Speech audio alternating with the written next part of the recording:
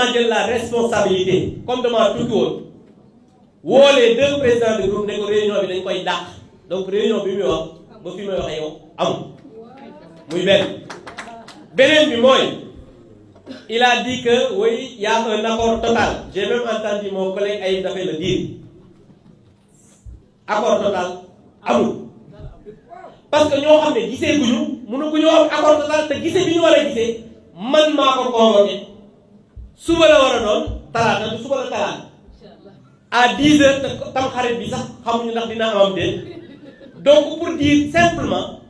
que accord total bi ñuy wax dara amu ci il n'a pas été à l'initiative jëluñu benn matukaay moom nee na moom moo wax premier ministre mu bañ a dem le 15 parce que am na accord amul donc tey le 15 wax ko mu dem wax di kay xam nga mooy lan premier ministre def na njombe ne moom balaa le 15 su assemblée nationale règlement intérieur bi changé wuñ ko dina dem ci benn bi tey le 15 te changé wuñu dara xoolal changé wuñu dara